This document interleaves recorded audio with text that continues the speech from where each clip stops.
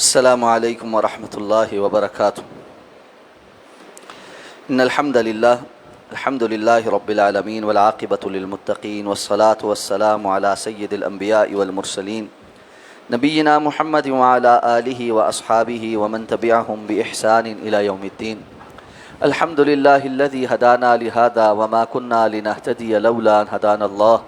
رب اشرح لی صدری ویسر لی امری واحلل عقدۃ من لسانی یفقہوا قولی۔ اللہم انفعنا بما علمتنا وعلمنا ما ينفعنا وزدنا علما۔ اللہ تعالیٰ کے فضل و احسان سے سورہ الانفال کی آیت نمبر 54 تک ہمارا سبق مکمل ہو چکا ہے۔ آیت نمبر 55 سے لے کر 58 تک انشاءاللہ آج ہماری کلاس ہوگی۔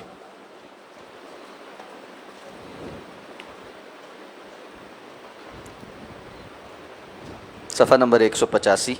آیت نمبر 55 سے 58 تک، 185۔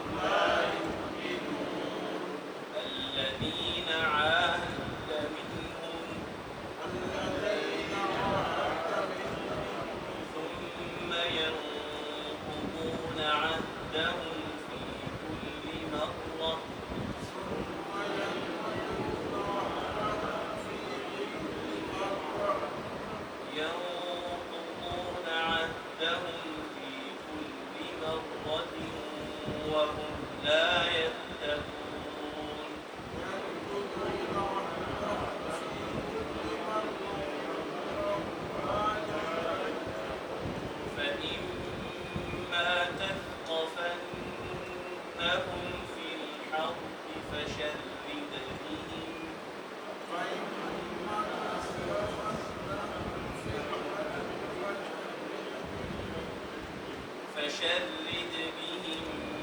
من خلفهم لعلهم يذكرون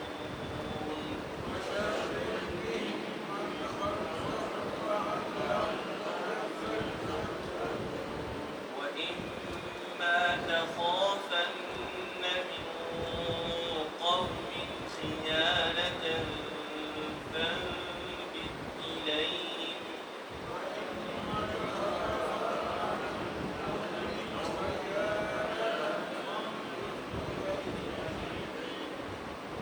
فانبذ إليهم على سواء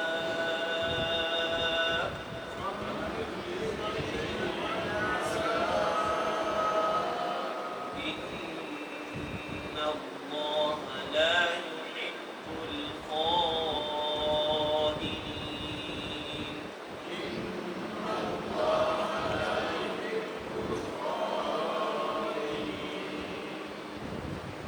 ان شر الدواب عند اللہ، یقیناً سب جانوروں میں بدترین اللہ کے نزدیک وہ ہیں الذین کفروا، وہ لوگ جنہوں نے کفر کیا، فہم لا یؤمنون، تو پس وہ ایمان نہیں لاتے، الذین عاہدت منہم، یہ وہ لوگ ہیں جن میں سے کچھ سے آپ نے عہد کیا، ثم ینقضون عہدہم، پھر وہ اپنے عہد کو توڑ دیتے ہیں، فی کل مرہ، ہر باری، ہر مرتبہ، وَهُمْ لَا يَتَّقُونَ، اور وہ ڈرتے نہیں، فَإِمَّا تَثْقَفَنَّهُمْ فِي الْحَرْبِ، تو پس اگر آپ کبھی ان میں سے کسی کو لڑائی میں پا ہی لیں، فَشَرِّدْ بِهِمْ مَنْ خَلْفَهُمْ، تو ان پر کاری ضرب لگا کے ان کے ذریعے جو ان کے پیچھے ہیں ان کو پیچھے دھکیل دیں، لَعَلَّهُمْ يَذَّكَّرُونَ، کہ شاید کہ یہ نصیحت پکڑیں، وَإِمَّا تَخَافَنَّ مِنْ قَوْمٍ خِيَانَةً، اور اگر آپ کسی قوم سے خیانت کا خوف کھائیں، فَانبِذْ إِلَيْهِمْ عَلَى سَوَاءٍ، تو ان پر واپس لوٹا دیں برابری کی سطح پر، ان اللہ لا يحب الخائنین، یقیناً اللہ تعالیٰ خیانت کرنے والوں کو پسند نہیں فرماتا۔ فرمایا اللہ کے نزدیک بدترین لوگ وہ ہیں جو چوپایوں سے بھی بدترین ہیں، کہ جو کفر پر ڈٹے رہتے اور ایمان نہیں لاتے، اس لیے کہ چوپایا بھی جس کا کھاتا ہے اس کا گاتا ہے، جو اس کو چارہ ڈالتا ہے اس کو پہچانتا ہے، اور کفار وہ ہیں جو اللہ رب العزت کی تمام تر نعمتوں کو انجوائے کرنے کے باوجود اللہ کے ہی انکاری ہو جاتے ہیں اور اللہ کے احکامات کے ہی انکاری ہو جاتے ہیں۔ تو فرمایا اللہ کے نزدیک بدترین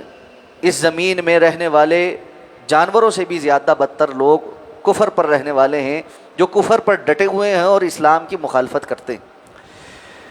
یہ کون ہیں؟ الذین عاہدت منہم، جن کے ساتھ آپ نے معاہدہ کیا تھا۔ اس سے مراد مدینہ کے اندر یہود ہیں جن کے ساتھ رسول اللہ صلی اللہ علیہ وسلم نے یہ معاہدہ کیا تھا کہ ہم مدینہ میں رہتے ہوئے اگر بیرونی دشمن کا سامنا کریں گے تو اکٹھے کریں،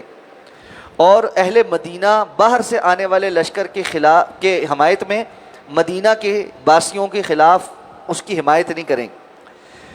یہود نے رسول اللہ صلی اللہ علیہ وسلم کے ساتھ یہ معاہدہ کر لیا جس کو میثاق مدینہ کے نام سے جانا جاتا ہے، لیکن ہر مرتبہ انہوں نے آپ کے ساتھ اس معاہدے کی خلاف ورزی کی۔ بدر میں بھی انہوں نے یہ خلاف ورزی کی،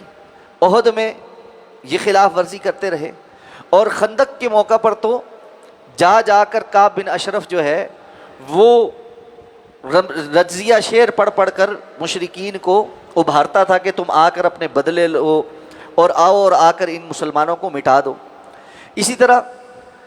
اوس اور خزرج کے درمیان انہوں نے جو زمانہ جاہلیت میں لڑائی برپا کی ہوئی تھی، یہ ان کے مسلمان ہو جانے پر بھی مختلف مواقع پر ارد گرد کے لوگوں کو بھڑکا کر چاہتے تھے کہ وہ جو جاہلیت کی تعصب کی جنگ ہے وہ دوبارہ سے ان کے درمیان بھڑک اٹھے تاکہ مسلمانوں کی آپس کی جو طاقت ہے وہ ختم ہو جائے۔ تو اللہ رب العزت نے فرمایا کہ ان میں سے جن کے ساتھ آپ نے معاہدہ کیا تھا ثم ينقضون عهدهم في كل مرہ، اور پھر وہ ہر مرتبہ اپنا معاہدہ توڑ دیتے ہیں، وهم لا يتقون، اور ان کو کوئی ڈر خوف نہیں، نہ اللہ کا ڈر خوف ہے، نہ وہ اس بات سے ڈرتے ہیں کہ ہمیں پکڑ کر کوئی سزا دی جائے۔ اس کے نتیجے میں رسول اللہ صلی اللہ علیہ وسلم نے مختلف مواقع پر یہود کے مختلف قبائل کے ساتھ جو ہے نا ان کو سزائیں دی، کچھ کو جلا وطن کیا گیا، کچھ کو جرمانہ کیا گیا، اور پھر جو ہے بعد میں ان کے قبائل میں سے جس نے زیادہ غداری کی رسول اللہ صلی اللہ علیہ وسلم نے بنی قریظہ کے جو جوان تھے، یعنی غزوہ خندق میں جب انہوں نے بڑی غداری کی اور باہر سے آنے والے جو مشرکین کے تمام قبائل کا ایک بڑا لشکر تھا اس کی حمایت کی، اور مسلمانوں کو اندر سے بھی اپنے گھروں کے اندر خطرات لاحق ہو گئے، تو جب لشکر اڑ گیا اور غزوہ احزاب میں اللہ نے ایک تیز آندھی بھیجی اور ان کے جو ہے وہ برتن الٹ گئے اور خیمے اکھڑ گئے اور ان کے جانور بھاگ گئے اور ان کو ہزیمت کا سامنا کر کے بھاگنا پڑا،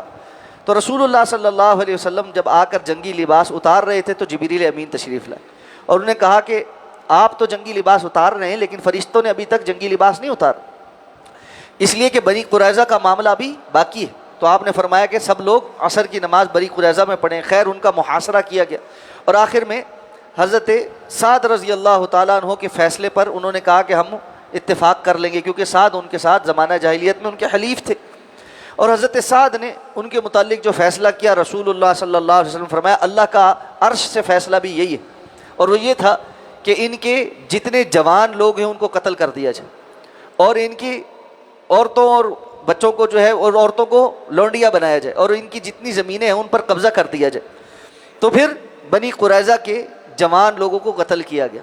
تو اللہ رب العزت نے فرمایا کہ یہ ابھی تو ڈرتے نہیں، لیکن آنے والے وقت میں اللہ جو قانون آپ کو بتا رہا ہے اس کا نتیجہ یہ نکلے گا کہ ان کو بھی سزا ملے گی، اور ویسا ہی ہوا کہ یہ تو آیات نازل ہو رہی ہیں غزوہ بدر کے قریب، لیکن آگے چل کے غزوہ خندق تک جو انہوں نے خلاف ورزیاں کی اس کے نتیجے میں ان کو بتدریج سنگین سزائیں ملی، اور یہ ان کے اپنے کرتوت تھے جس کے نتیجے میں ان کو سزا ملی۔ تو فرمایا اگر آپ آگے چل کے ان تثقفنہم فی الحرب، ان میں سے کسی کو جنگ میں پا ہی لیں، اس کا ایک مطلب یہ بھی ہے کہ بنیادی طور پر تو یہ جنگ میں آپ کے سامنے نہیں آنے لگے، لیکن کسی نہ کسی کو اور آگے کر کے آپ کے مقابل لا کر کھڑا کریں گے۔ جیسے یہود مشرکین مکہ کو بھڑکا کر آپ صلی اللہ علیہ وسلم کے سامنے لے کر آئے، تو فرمایا فشرد بہم من خلفہم، آپ جو لوگ سامنے آئیں ان پر کاری ضرب لگائیں جس کے نتیجے میں ان کی پیچھے سے جو ڈوریاں ہلانے والے ہیں وہ بھی پیچھے دھکیل دیا جائے، یعنی جو اعلی کار بن کے سامنے آئیں گے، جب ان کو مار پڑے گی تو جو پیچھے بیٹھ کر مہرے کے طور پر ان کو استعمال کرنے والے ہیں ان کی بھی بیخ کنی ہو جائے گی۔ تو مسلمان جب کسی دو بدو آنے والے دشمن کا کالا کما کرتا ہے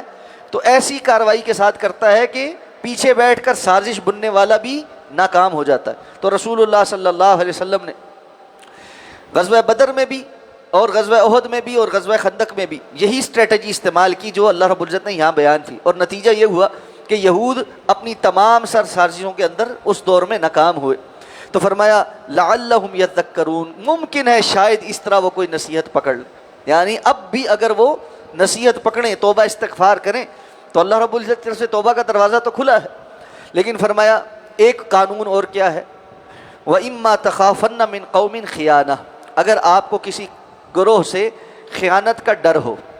یعنی ابھی انہوں نے مکمل خیانت کی نہیں لیکن ایسے قرائن پیدا ہو گئے ہیں کہ انہوں نے جو معاہدہ کیا وہ اس کی خیانت کریں گے، تو جب تک خیانت کی نہیں اس وقت تک اس بات کی اجازت نہیں ہے کہ کسی قرائن کی بنیاد پر آپ پہلے سے معاہدہ توڑ دیں اور خاموشی کے ساتھ جا کر ان پر کوئی کارروائی کر ڈالیں کہ یہ ہمارے ساتھ معاہدہ توڑنے والے ہیں، اس لیے ہم ان کے اوپر شبخون مار کر ان کی یعنی ابھی ان کو الرٹ نہیں کیا اور ان کے اوپر جا کر حملہ کر دی، بلکہ کیا فرمایا فَانبِذْ إِلَيْهِمْ عَلَىٰ سَوَاءٍ،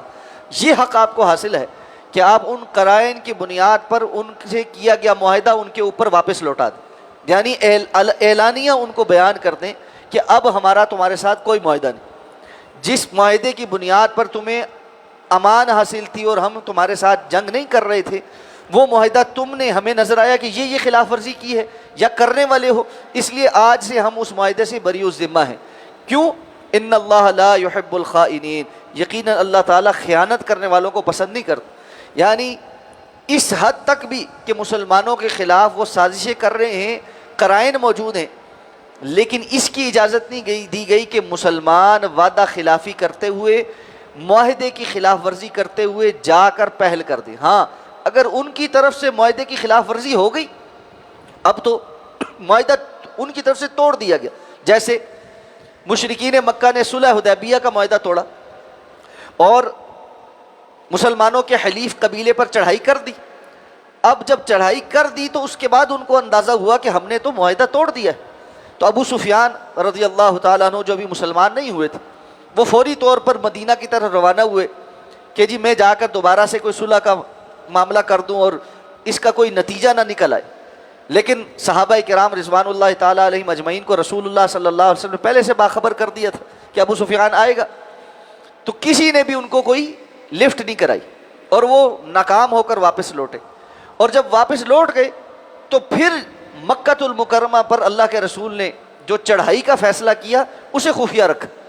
اور صحابہ کو کہا کہ کوئی خبر جو ہے وہ مکہ نہ پہنچے، اور وہ حاتم بن ابی بلتہ والی حدیث ہم نے متعدد بار سن رکھی۔